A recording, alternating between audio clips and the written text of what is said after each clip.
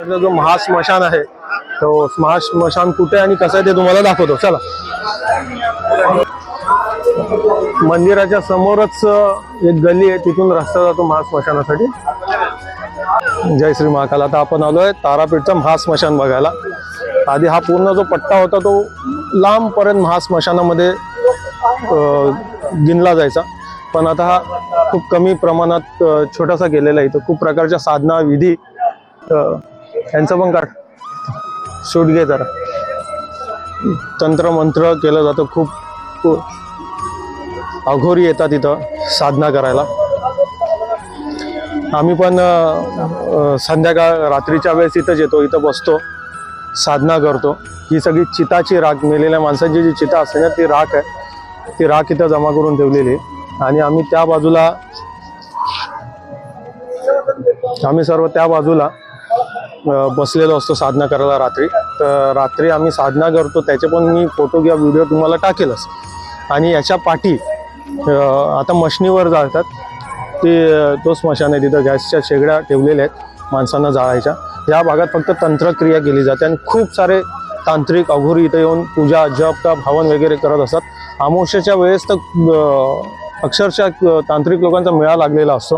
आणि कोण जर नवीन माणूस येईल बाहेर तो म्हणजे जरा घाबरून जाईल, एवढे इथं तांत्रिक आणि एवढ्या विद्या चालू असतात. हा, पण जर तुम्हाला कुठचं काम करून घ्यायचं आहे कुठच्या तांत्रिककडून, या तांत्रिक भेटतोय तुम्हाला, तर खूप जरा हुशारीने काम घ्या. कारण बरेच लोक इथं फसवणार आहेत. प्रत्येक गोष्टीसाठी 10,000 15,000 20,000 डिमांड करतील आणि काम होईलच याची शाश्वती नाही आहे. शेवटी जो तांत्रिक आहे तो तांत्रिक पण काय करतो, देवीच्या सानिध्यात राहून देवीची कृपा प्राप्त करूनच तुमचं काम करतो. तर तुम्ही तांत्रिकला भेटण्यापेक्षा बेटर आहे की एखाद्या आपलं तारा देवीच्या मंदिरात आला तारामाच्या, तर तिथं जा, कळवळीची विनंती करा, तर त्याच्यानेच तुमचं काम होईल.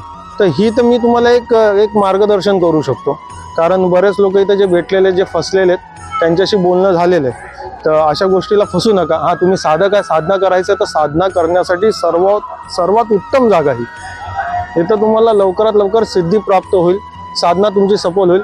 पण परत एक की गुरु त्याच्यासाठी तुम्हाला पाहिजे. गुरुच्या मार्गदर्शनात राहूनच तुम्हाला ह्या सर्व गोष्टी करायच्या आहेत. कारण ही स्थली जेवढी पॉझिटिव्ह आहे या सगळ्या सिद्धी साधनेसाठी, तेवढी जर तुम्ही काय चुकीचं करताय तर तेवढाच निगेटिव्ह इम्पॅक्ट तुमच्यावर होण्याचे खूप जास्त चान्सेस असतील.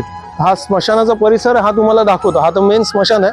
आता तुम्हाला पुढचा परिसर दाखवतो. इथं पण बघा एक विधी चालू आहे. आता एक अघोरी बाबा आहेत, गळ्यात मुंडमाळ घालून विधी करतायत. आता आपण स्मशान बघूया. स्मशानाचा परिसर दाखवतो तुम्हाला आता. हा बघा, जर रस्त्याने जात असाल तर पकडतच असतो पैशासाठी, याच्यासाठी पैसे द्या म्हणून सतवत असतात. तर त्या गोष्टीला पण घाबरू नका. हा बघा, हा जो पूर्ण पट्टा आहे हा स्मशानाचा पट्टा आहे. पूर्ण जो हा भाग हा स्मशानात मोजला जातो. हा पूर्ण एंड पर्यंत यालाच महास्मशान बोलायचे. पण आता पर्टिक्युलर इकडच्या गव्हर्नमेंटनी कदाचित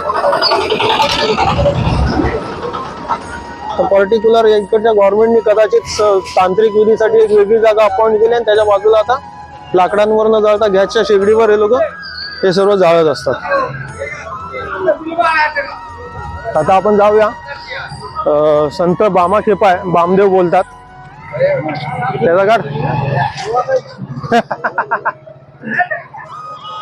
हे आता फिरव. तर संत बामदेव यांची समाधी आहे आणि माताजीची चरणस्थली आहे. आपण तिथं जाऊया, बघूया. हे बघा, हे असे इथं पण तांत्रिक बसलेलेच असतात, पण सगळेच जेन्युइन असतील याची गॅरंटी नाही. फसवणारे पण खूप आहेत इथं.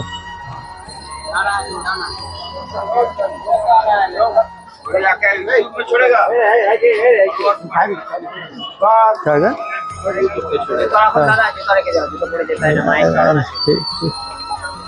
हे बघा, ही समाधी स्थली आहे संत बामाखेपा यांची.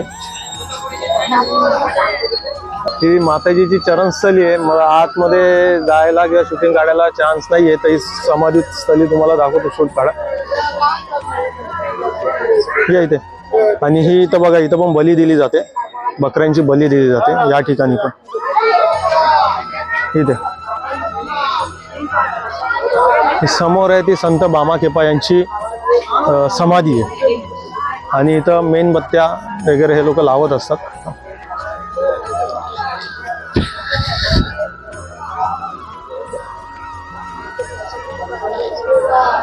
प्रयत्न करतो तुम्हाला जेवढं दाखवता येईल तेवढं दाखवण्याचा. हे संत बामाखेपा बामदेव यांची समाधी आहे आणि तिथं जी आहे ती चरणस्थली आहे माताजीची.